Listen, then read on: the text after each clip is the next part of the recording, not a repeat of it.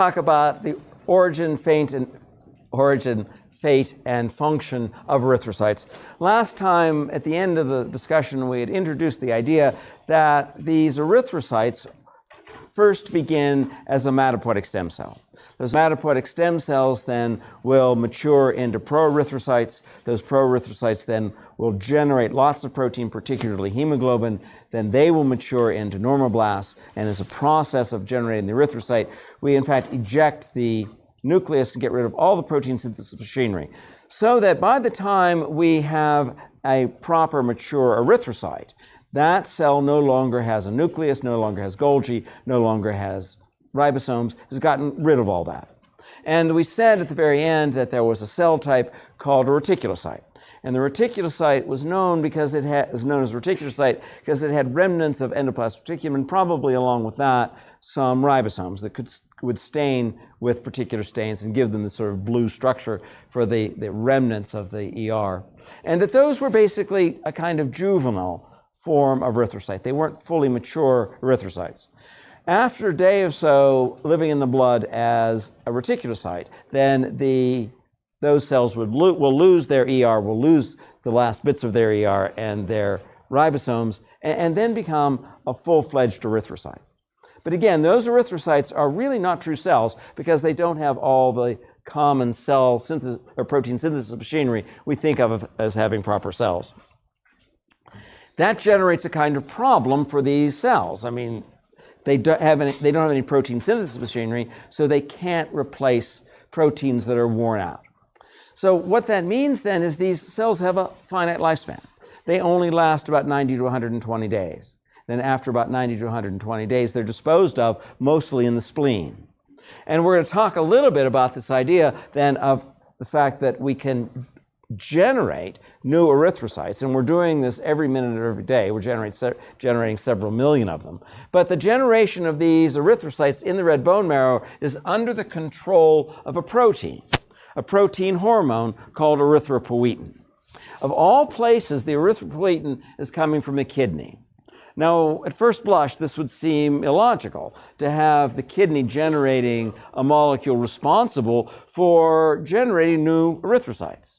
But in fact, it makes sense because the kidney receives something like 20 to 25% of all of the blood leaving the left ventricle. So with every cardiac cycle, 20 to 25% of the blood leaving that left ventricle is destined to flow through the kidney. So the kidney is receiving a tremendous amount of oxygenated blood. So that makes it a good monitoring post to recognize changes in the amount of oxygen being delivered to the kidney. As oxygen levels begin to drop that are in the blood delivered to the kidney, that signals cells in the kidney. In fact, we'll see fibrocytes in the kidney are then signaled to release this glycoprotein. The glycoprotein, known as erythropoietin, then goes into the red bone marrow. And in the red bone marrow, there are these proerythrocytes, maybe even cells earlier than the proerythrocytes. And they will contain on their surface these transmembrane protein receptors for the glycoprotein erythropoietin. The binding of the erythropoietin to the receptor then acts as a growth factor and allows more of these proerythrocytes to survive. So the survival numbers are greater among the proerythrocytes that have bound erythropoietin. So that then gives rise to more erythrocytes, and then that gives rise to a higher hematocrit. And basically what happens here, if you go into regions of lower oxygen tension, like going up in altitude, you'll now induce the production of this glycoprotein to increase the number of erythrocytes by improving the survival of the proerythrocytes. Yeah? How does this affect people with like end-stage renal failure? Oh, let's hold off on that. I'm going to tell that story. But you're absolutely right. That was the beginning of the production of erythropoietin pharmacologically. And I'll tell you that story. Okay. So this points up the importance of the erythropoietin in maintaining reasonable numbers of erythrocytes. But then to understand what these erythrocytes are doing, we have to drill down and look a little bit at their structure and a little bit of their contents. The erythrocytes are strangely shaped cells. They're a biconcave disc. They're only about 7 to 8 micrometers in diameter, and the disc at its thinnest point can be down around a micrometer. Even at the edges, it's only 2 to 3 micrometers thick. The very thin characteristic of these erythrocytes results because they need to be able to take on oxygen very quickly. What we're going to see is the erythrocytes are bags of hemoglobin. The hemoglobin molecules contain an iron atom, and the iron atom then is going to be the structure that's going to bind oxygen in the lung and give up oxygen in the tissues. And so what we'll see then is that each one of these biconcave discs is going to contain something like 250 million hemoglobin molecules. And each of those hemoglobin molecules can bind a molecule of oxygen. So each erythrocyte is carrying 1 billion oxygen binding sites. And so these cells are fundamentally bags of hemoglobin whose function is to take on oxygen in the lungs and give up that oxygen in the tissues. And we'll talk a little bit about that. But in order to understand how that happens, we have to spend a little bit of time describing hemoglobin structure. The hemoglobin structure is 4 proteins, 2 alpha proteins and 2 beta chains. Each of the alpha chains and each of the beta chains contains something known as a porphyrin ring. In the middle of the porphyrin ring is an iron atom. And that iron atom is then covalently linked to a series of nitrogens in the porphyrin ring. Now, I'll never ask you to reproduce that kind of a structure, but what I will ask you to understand is that the electron sharing within the porphyrin ring allows for a kind of borrowing of electrons from the iron to give it a charge. That positive charge now on the iron allows it to bind to the oxygen. And once the oxygen binds to the iron, it now will steal one of the electrons and be a superoxide. But one of the major advantages of that is that it easily binds to the iron because of the charge and the characteristics of oxygen. In the lung, where there are high concentrations of oxygen, the binding is easy. Then out in the tissues, where we want to have low concentration, out in the tissues where oxygen levels are beginning to fall, then out in those regions, these iron atoms will relinquish their oxygen.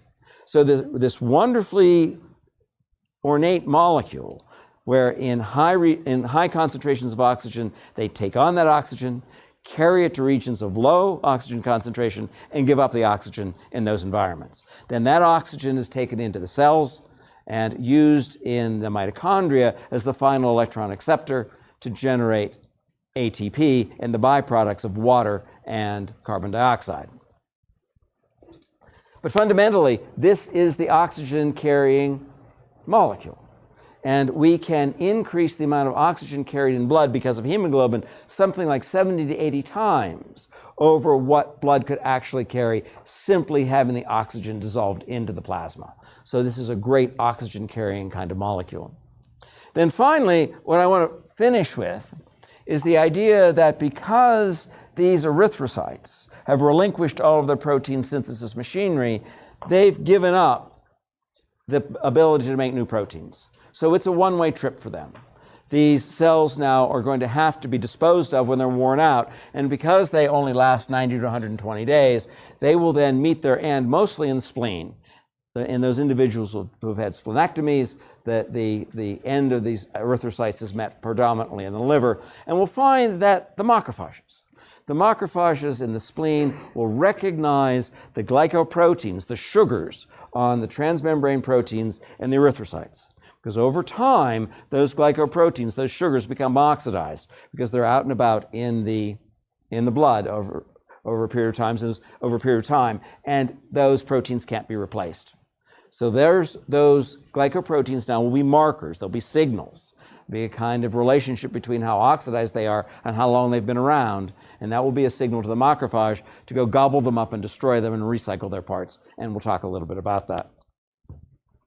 But let's start here with the origins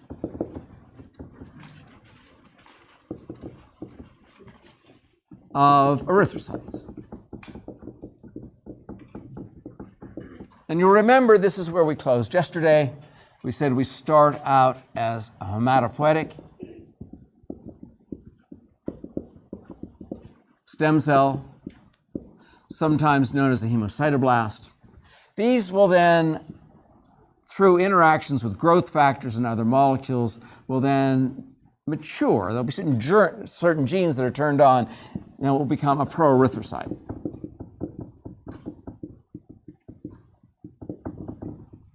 Then the pro-erythrocyte turns on genes and starts to make hemoglobin. And there are a couple of stages in between where we're generating more and more ribosomes, we're generating more and more hemoglobin. But the next step that I told you about is a cell type called a normoblast. And the normoblast basically ejects its nucleus.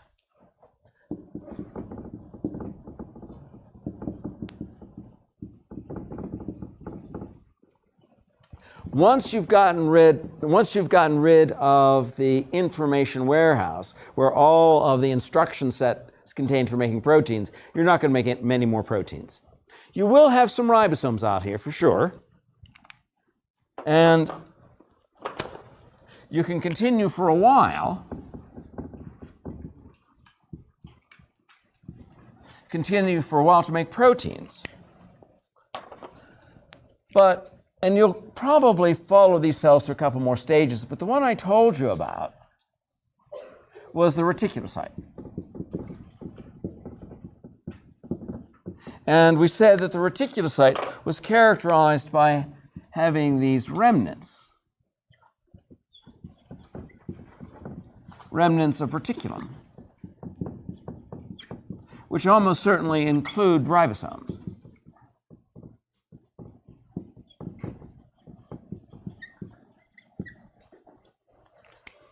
And we said that there was a kind of imaginary boundary here. Well, it wasn't imaginary. In fact, this is the red marrow.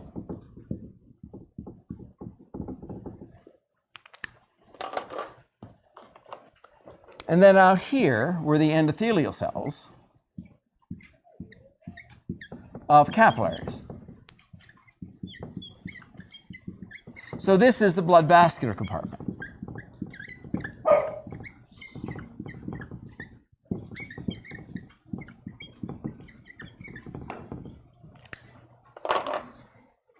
So these reticulocytes now leave the red bone marrow and enter the blood vascular compartment. Now, in a matter of a day or two, these remnants of ER and ribosomes will be lost, and this will generate what I'm referring to here as a mature erythrocyte.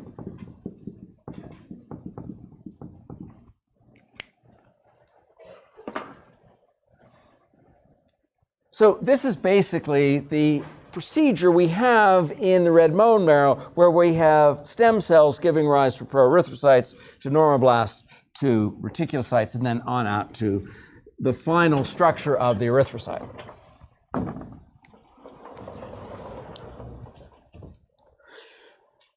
So let's take this panel now and spend a little bit of time on the structure of erythrocytes.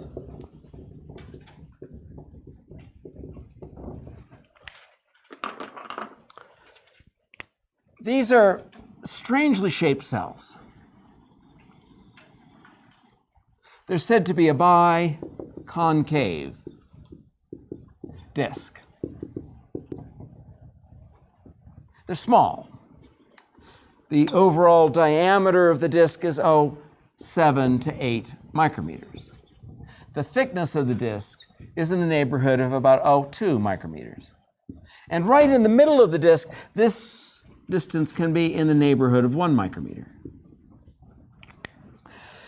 Now, the overall dimensions of the cell are not important. What's really important is to impress upon you that these are very short diffusion distances, so that oxygen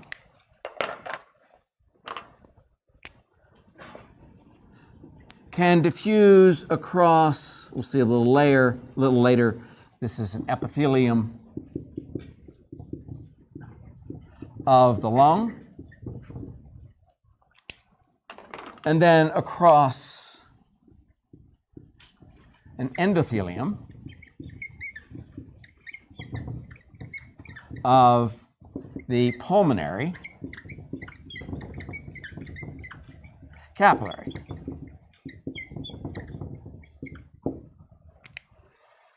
So the oxygen now simply diffuses this very short distance and then binds to hemoglobin inside the erythrocyte.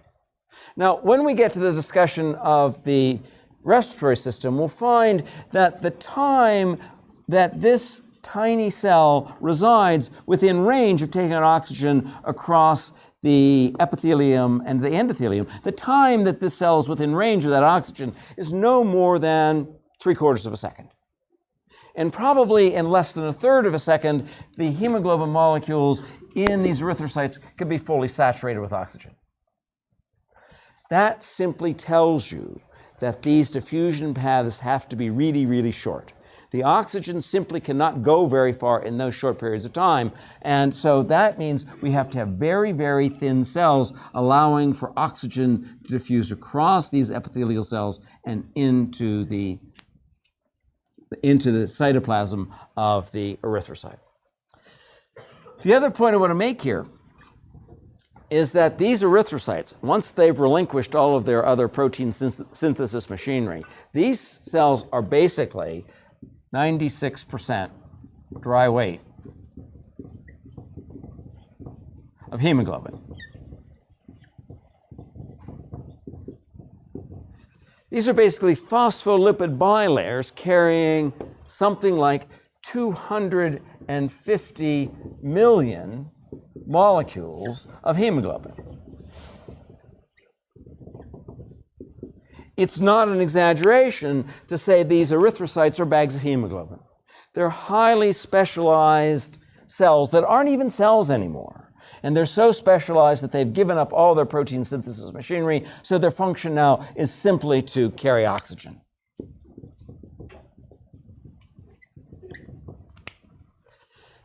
To understand how these cells function and understand the relationship to this series of events up above, I want to spend a little bit of time here talking about and hormonal control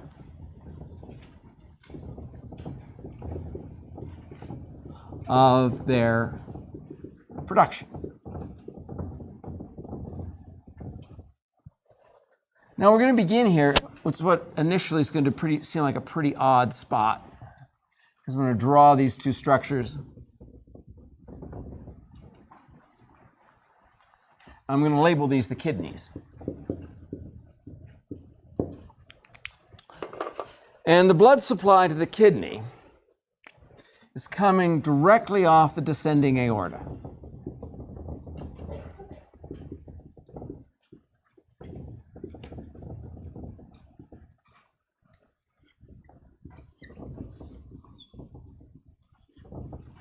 The blood comes from the descending aorta and passes into the kidneys through these arteries known as the renal arteries.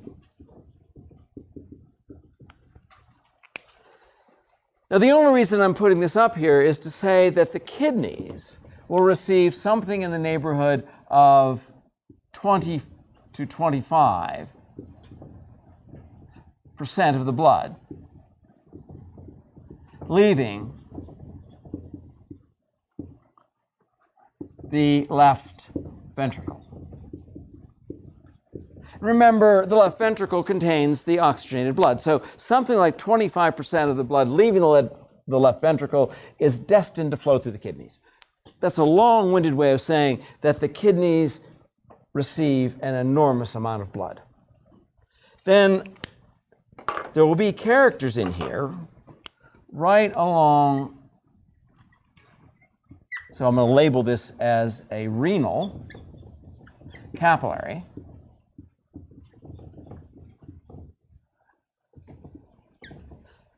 And among the cells right along the renal capillaries will be these cells I'm going to draw in brown and label a fibrocyte. They're probably embedded in the extracellular protein matrix around in the basal lamina around the renal capillaries. But what these fibrocytes do is they monitor O2 in renal blood.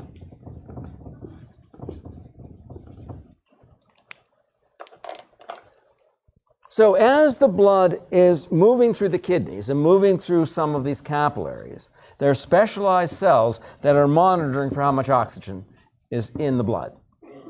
Now, when oxygen levels in the blood begin to drop, when we start getting lower and lower levels of oxygen, what these fibrocytes do is the fibrocytes then, in response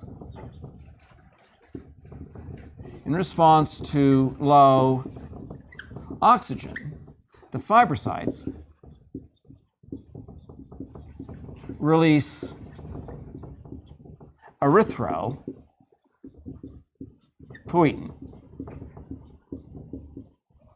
You'll often see this referred to as EPO. Erythropoietin is a glycoprotein. It's in fact a glycoprotein hormone.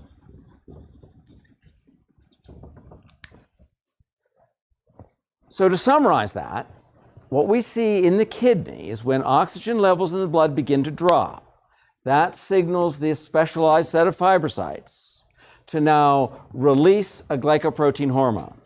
The glycoprotein hormone called erythropoietin now has a target. The erythropoietin, which I'll abbreviate here as EPO, has targets on the hematopoietic stem cells, and particularly has targets on the erythropoietin. On the perythrocytes. So that EPO binds these transmembrane proteins on the proerythrocyte. Now, for those of you who've had some cell biology, these receptors are receptor tyrosine kinase receptors.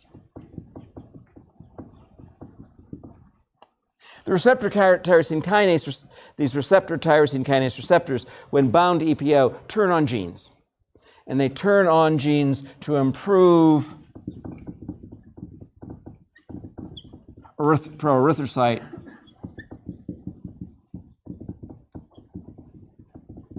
survival. Not all hematopoietic stem cells that are turned in proerythrocytes will end up being erythrocytes, only some of them. But we can bias the number of the proerythrocytes destined to become erythrocytes by binding erythropoietin to these receptors. The erythropoietin now acts as a kind of growth factor and signals these cells to survive.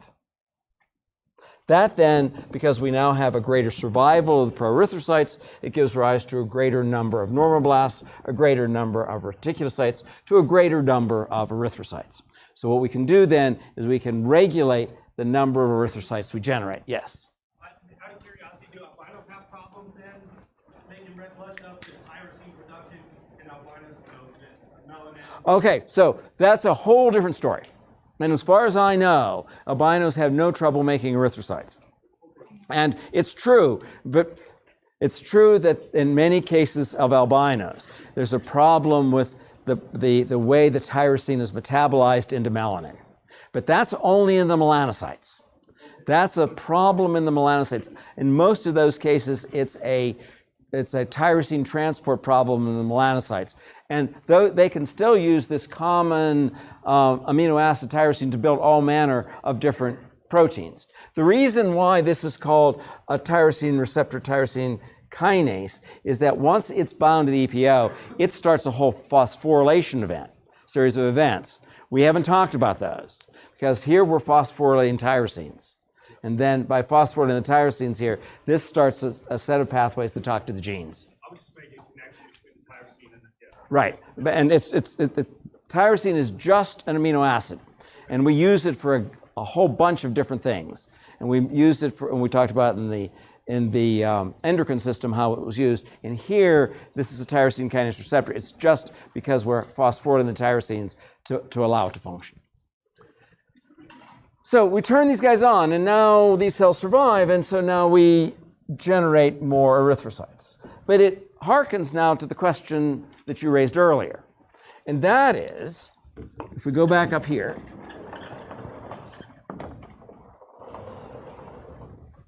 what happens to those people who are in renal failure?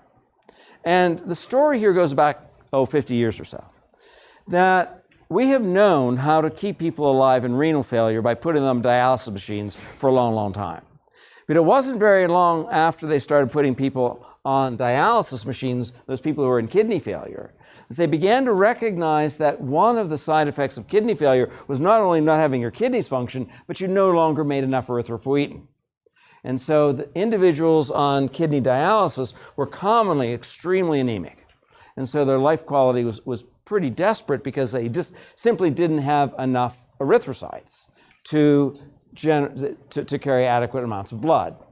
Now, for most of us, we'll see changes in oxygen levels and we'll compensate for that by generating more erythropoietin. But if you're in renal failure, you can't do that. So the pharmaceutical companies recognized that they could improve people's lives a whole lot if they could generate erythropoietin in some sort of artificial way. So they cleverly found the erythropoietin gene in humans. They then excised that erythropoietin gene from humans and put it into, of all things, put your phone away to appreciate it, for all things they put it into Chinese hamster ovary cells. And then they could grow up these Chinese hamster ovary cells in these great vats. And the Chinese hamster ovary cells then would churn out the erythropoietin. And then they could harvest gram quantities of erythropoietin and alleviate the symptoms of anemia in these people who are on kidney dialysis. It's also been very useful for people on chemotherapy, because part of chemotherapy is what you're trying to do is you're trying to kill the fast-dividing cells of the tumor. And one of the major side effects when you start killing fast-dividing cells of tumors is you kill the fast-dividing cells of the hematopoietic stem cells. So you end up being anemic. So they've been able to help people's quality of life on chemotherapy by increasing the production up here, increasing the production of erythrocytes by administering erythropoietin. Yes? One last question is line up. EPO, is that Lance Armstrong kind of deal? We're headed right toward Lance Armstrong here. Lance Armstrong comes to a bad end because of this. And the reason is that Lance Armstrong and his cohorts were in a very lucrative business, and they were very good at it. What they did is they were bicycle racers. And they would get on a bicycle in the morning, and they had this practically inhuman ability to get on that bicycle and get their respiratory rates up high and basically maintain those respiratory rates all day long, several hours. But they also recognized that if they could hold on to a little more oxygen, if they could have a little higher hematocrits, and they could deliver more oxygen to their tissues, that maybe they could compete better. And so they began to see that if they raised their hematocrit level, they could do better. So they started doing experiments of injecting erythropoietin, and they found that the people who injected erythropoietin did a little bit better. And so there was a strong driving force among that whole cohort of people to try to increase their hematocrit levels, and they were doing it with erythropoietin. Now remember, erythropoietin is a protein that's produced from a human gene. And so they said, it's a human protein. How are people trying to screen for this ever going to recognize my protein from the one from the Chinese hamster ovary cell? What they didn't reckon on was two things. First, the Chinese hamster ovary cells in their endoplasmic reticulum and their Golgi apparatus slightly differently put sugars onto the protein. So it's a slightly different glycosylation pattern. And then the pharmaceutical companies began to realize that if they would change the glycosylation pattern on the erythrocytes, they could change the glycosylation pattern on the erythropoietin, that it would lengthen the half-life of the erythropoietin. So then people would have to take less dosages less frequently. And so the pharmaceutical companies were involved in changing the sugar distribution on the erythropoietin, and the Chinese hamster ovary cells had already changed it a little bit. So then they went back 10, 12 years and looked at the blood samples of all of the top finishers. So all the top finishers had to leave blood samples. They went back and looked at the glycosylation patterns on the erythropoietin, and they said, you have Chinese hamster ovary cell erythropoietin. I'm sorry, we're stripping you of all your metals. It was a sad day, but that's how they got caught. And still, there's something called blood packing, but it's the same thing. And this dates back all the way back to the 1960s. In the 1960s, there was a guy who was a Finnish marathon runner, and he recognized that he would produce more erythrocytes. So what he would do is, 3 weeks or so before a race, he would take out a couple of pints of blood, freeze it back. Then the night before the race, he'd take that couple of pints of blood and transfuse himself with his own blood, increase his hematocrit, and he was a great runner. That's called red cell packing. That too is illegal. That's really hard to catch because all you're doing is taking your own blood and putting it back again. And so there's this constant cat and mouse game all around erythrocytes to maintain an oxygen carrying capacity that's a little better than everybody else. Yes? So the question is, does red cell packing increase the probability of throwing a blood clot and embolism? And that's true as well. And that's one of the first places they started to recognize this. You had these exquisitely well-trained athletes at the height of their athletic careers, in their mid-20s, at early 30s. Suddenly they would be bicycling along and they would drop of a heart attack or a stroke. And it was because by red cell packing, by increasing the iron content, then what they were doing is they were predisposing themselves to throwing a clot. And if that clot would then lodge in some of the fine capillaries of the heart or the brain, they had a heart attack or a stroke. And so that was one of the first signals that something was wrong, because they were losing these really tremendous athletes at the prime of their lives. But basically, this is the story of erythropoietin, and that's all predicated on increasing the number of erythrocytes. But what we want to do now is we want to think about the erythrocyte itself and begin talking about this molecule, which we described up here as hemoglobin. So on this panel, what I want to do is begin describing the structure of the hemoglobin. So each erythrocyte, each one of these cells that's no more than about 2 micrometers in diameter and about 7 or 8 micrometers in width, these discs contain some 250 million molecules of hemoglobin. So what I want to do here is describe the structure of hemoglobin.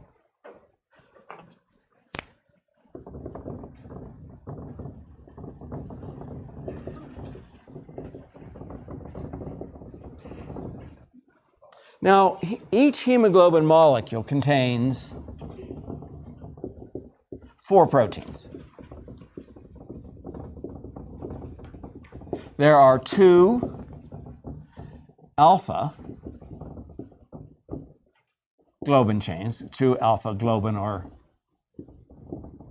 protein chains. And there are 2 beta globin or protein chains. So in other words, each hemoglobin molecule contains 4 proteins. Each of these proteins contains 2 iron atoms embedded in a porphyrin ring. So I'm going to draw these, and they're mostly going to look like squiggles, but I want to try to impress upon you what we have.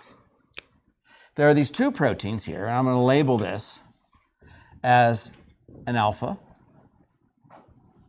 and one over here is another alpha. And down below, in green, I'm going to put the 2 betas.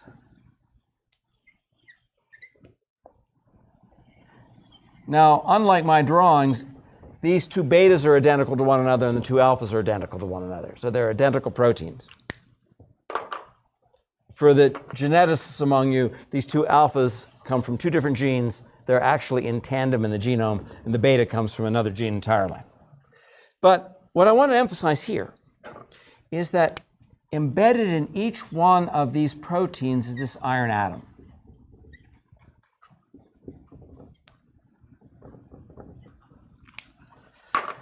But the iron atom is not randomly embedded in those proteins. The iron atom is coordinated. In fact, it's covalently linked to 4 nitrogens.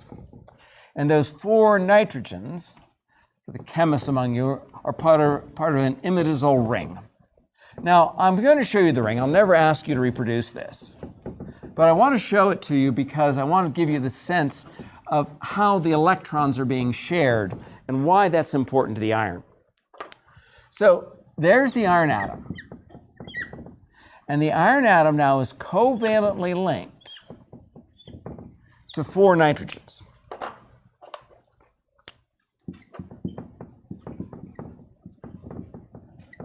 And these nitrogens now are in a 5-member ring.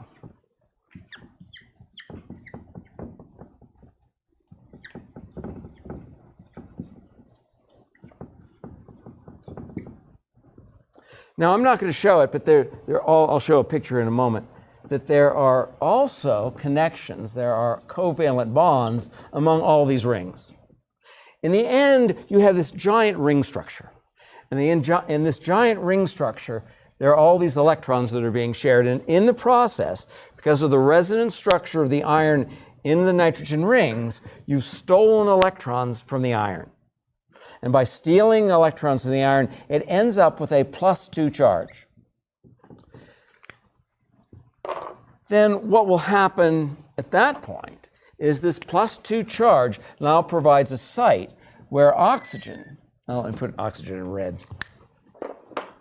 where oxygen, O2, can now come into this site and bind to the iron. Now, there's a detail here. The oxygen will actually take on an extra electron, making it a superoxide, and changing this oxidation state of the iron from +2 to +3. But that's a detail. All I want you to know is the oxygen is binding to the iron. So the oxygen binds to iron. Now, from up above, you can recognize, because we have such short times in which to bind the oxygen to the iron, there has to be a fairly good affinity between the iron and the oxygen, because we have to rapidly bind that oxygen to this atom. But remember, too, that out in the tissues, this reaction has to go the other way, where in the tissues, the oxygen is relinquished.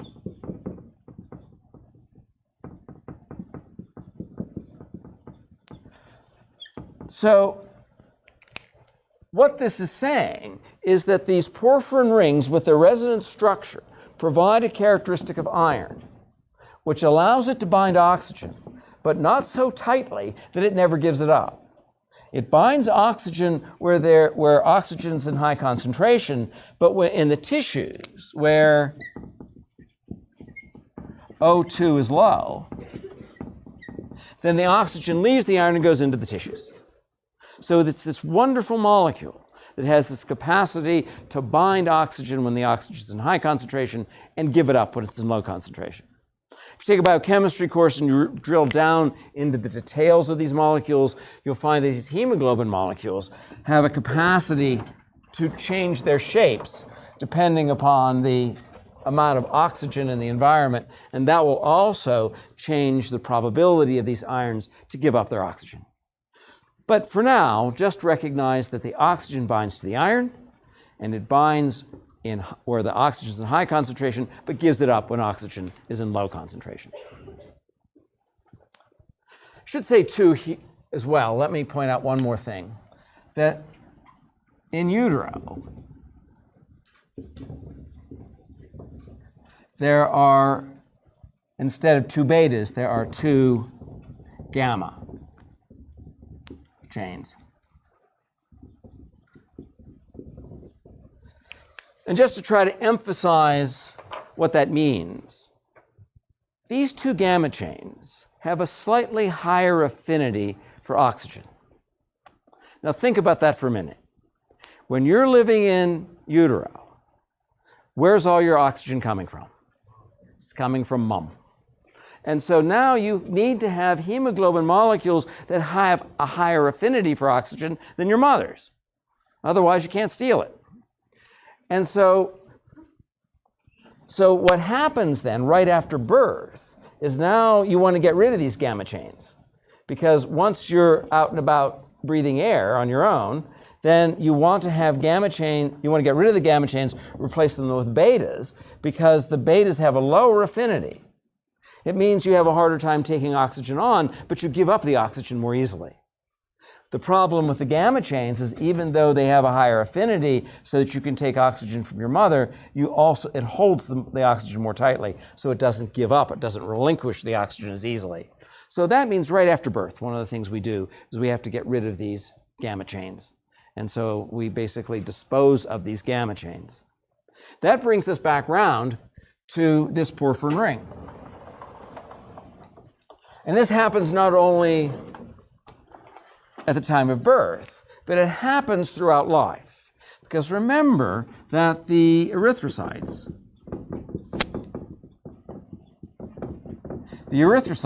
have a lifespan of in the neighborhood of about 90 to 120 days. So for all of us, at the end of this 90 to 120 day lifespan, we get rid of these cells, and I'll tell you in a minute how that happens. But one of the processes that occurs when we get rid of these cells is we pop out the iron. We pop out the iron from the ring, and we store the iron in the liver. But that leaves behind this porphyrin ring. We can't do anything with this porphyrin ring. The porphyrin ring is not metabolized, it's not recycled, and this now becomes a waste product.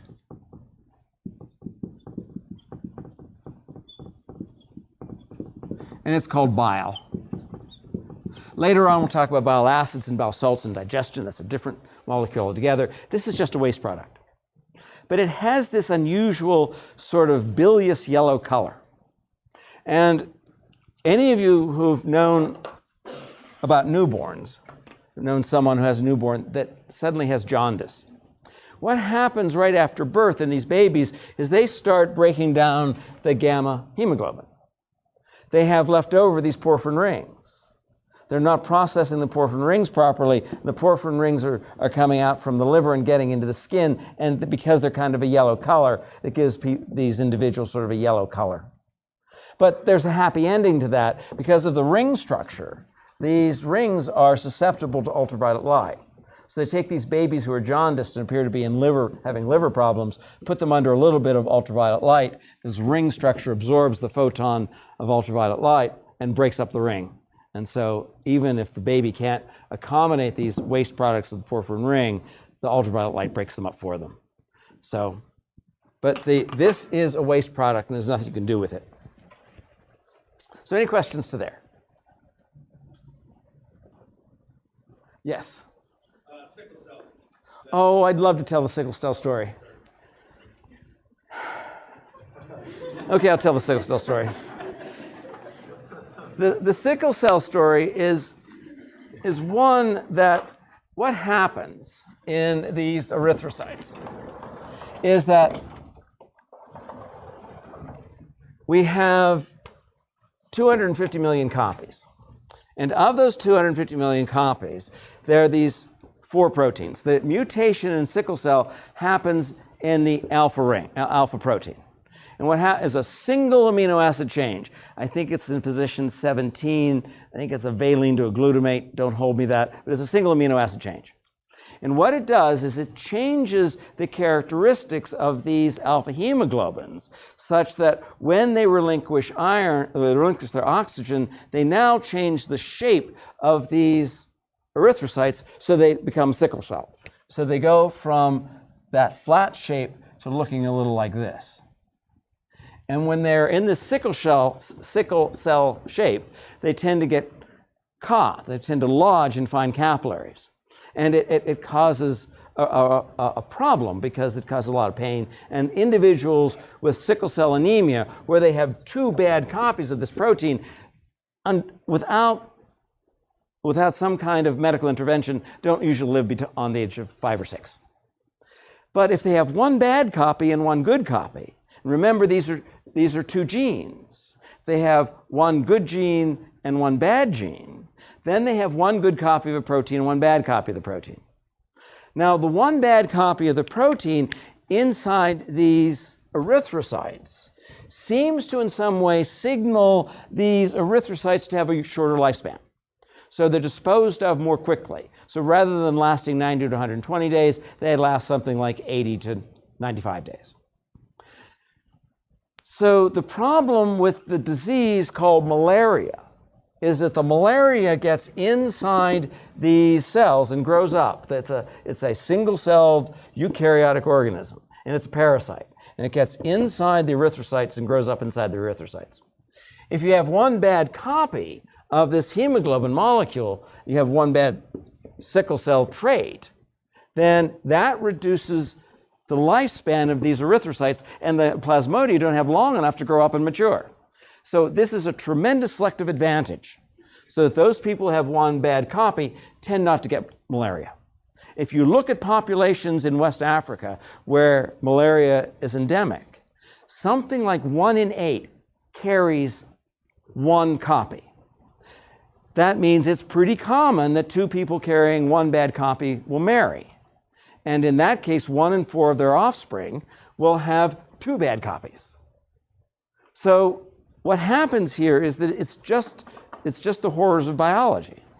There is a strong selection pressure in this population not to get malaria, because something like 1/3 of the children would die before they're the age of about 5. So there's a strong selection pressure. These children are not getting to reproductive age. So you now have a really strong selection pressure to somehow get these people to reproductive age. So you put in this mutation, and bingo, you have much higher survival. That's why something like 1 in 8 West Africans contain this trait. And something like, I think it's like 12% of African Americans in the United States carry this trait, because most of their ancestors originated from the horror of the slave trade coming out of West Africa. And we think now, and there's been a recent paper on this, by looking at the particular gene and its surrounding genes, they think that this gene cropped up around 7,300 years ago, someplace in what's now the Sahara, when it was still lush and green. And then it may have stayed in the population without much selection pressure until farming started about 5,000 years ago.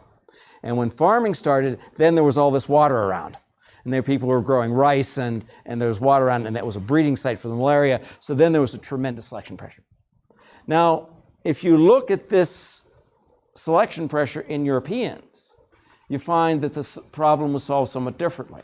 There was an awful lot of malaria in Sicily and Greece, in that area around the Mediterranean. And if you look at those populations, they have a different mutation. It's a mutation in the beta subunit. It's a mutation in the beta subunit, and that beta subunit mutation then is a deletion. You just chop out a whole piece of the protein. But it's the same thing. It changes the duration that the plasmodia have to live inside the erythrocytes. And it has to do with the demise of those erythrocytes. In the last minute, let me see if I can tell you about the demise of the erythrocytes. The demise of the erythrocytes, we'll call this erythrocyte end, occurs in the spleen. And the spleen has a tremendous blood supply through the splenic artery. But what distinguishes the spleen from other tissues is that it has an unusual capillary, where the gaps are large.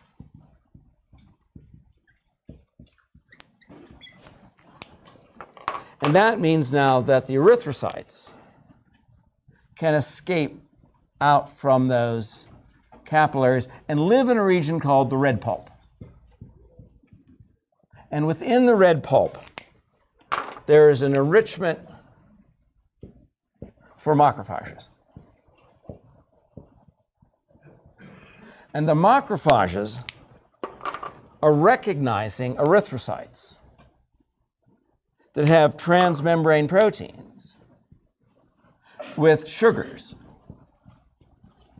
These are glycoproteins with sugars that are oxidized.